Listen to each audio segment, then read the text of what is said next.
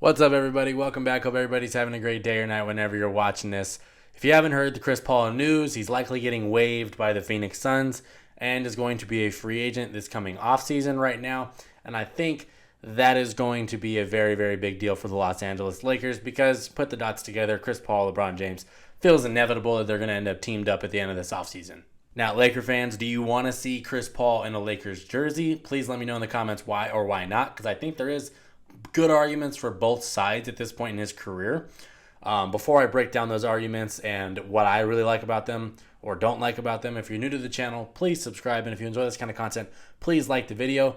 But let's get it started.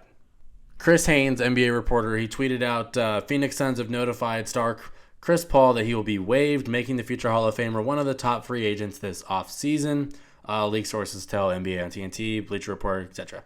He goes, Chris Paul plans to play for several more years and is eager to help a team contend for a championship. So clearly he's not going to a rebuilding situation, which you kind of could have figured. So we all know Lakers, they're in contention right now. They're trying to get over that hump in the final years of this LeBron James, Anthony Davis experiment. And obviously LeBron's going to want, somebody like Chris Paul on his team. That's just a given at this point. So what I like about this, or why I would like it, is very contingent upon other things happening. If you're going to sign Chris Paul, you better be able to keep Austin Reeves, and you better be able to keep Rui Hachimura, and I would really prefer you keep Dennis Schroeder. You need to keep your depth pieces in order to bring him on board and it to really matter in the end, in my opinion. He'd obviously have to take a pay cut in this situation, but if you want to go win a championship, not many teams have a lot of cap space that are going to be contending next year. So, look at the teams. It's like Houston, San Antonio, like all the teams that were in the bottom of the barrel this year. He's not going to go to any of them. So he's going to have to take a pay cut. He's not getting $40 million from absolutely anyone. So if he's willing to take a pay cut so they can bring everybody back and then give them best chance to win a title, that makes the most sense. Because if you're serious about winning a championship, why would you go gut the roster that you want to go to, right? That doesn't make any sense from a Lakers perspective or a fan's perspective in this case. Chris Paul's paid. He's made millions and millions and millions and millions and millions and millions of dollars. If you really want to go win that title, you want to get that chip and put it on your resume, you're going to have to sacrifice something.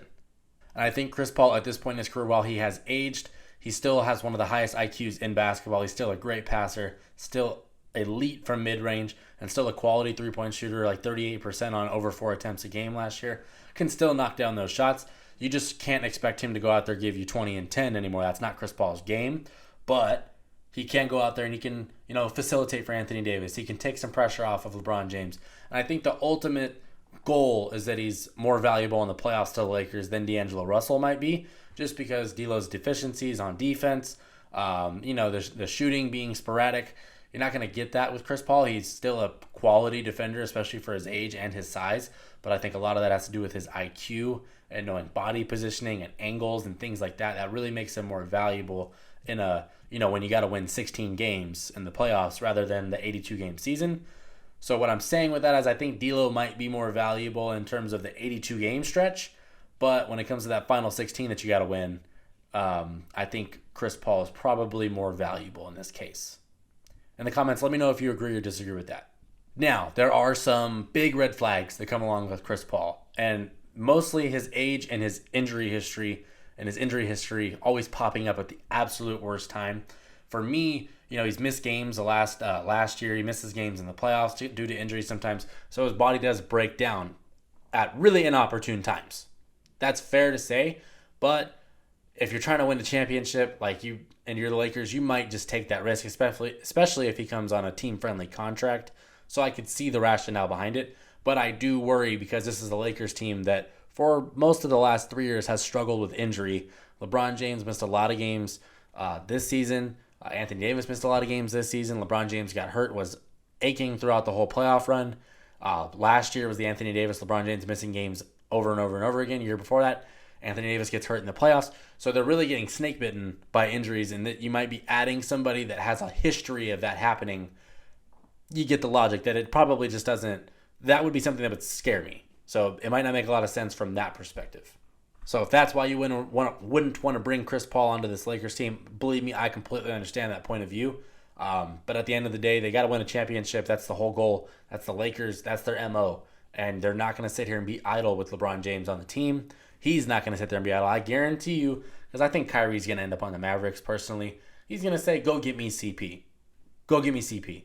And they're probably going to try and oblige. So ultimately, what I'm saying is if you get him on that team-friendly contract and, he can be a 16-game player in the postseason, I think he can elevate them into that title contention as long as they're able to keep guys like Austin Reeves, Rui Hachimura. Those are the two you absolutely have to keep if you're bringing on Chris Paul. And then I think it would really help having Dennis Schroeder on this team just for the speed, point of attack defense, and to take that load off of Chris Paul. I've seen a lot of people are like, hey, Chris Paul can play 24 minutes a night, let Dennis play, another big chunk of the game, and just limit him that way. And I like that philosophy. I like that idea. It sounds great on paper, but anything can happen in those minutes that he is playing. So maybe that's null.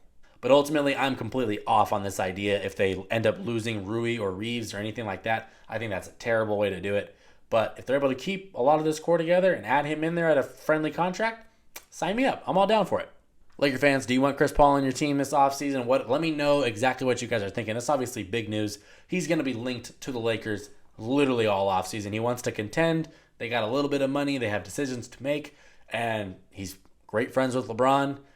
There's not really many other situations that I see him going to, just looking down the list of teams that would need a point guard that are in contention. So I think Chris Paul and the Lakers it's inevitable. It's inevitable at this point. But if you're new to the channel, please subscribe. And if you enjoy this kind of content, please like the video. But I expect to see Chris Paul in a Lakers uniform come October when the season starts. If you don't want to see him in that Lakers uniform, let me know in the comments. But thank you for watching. I'm done here. Peace.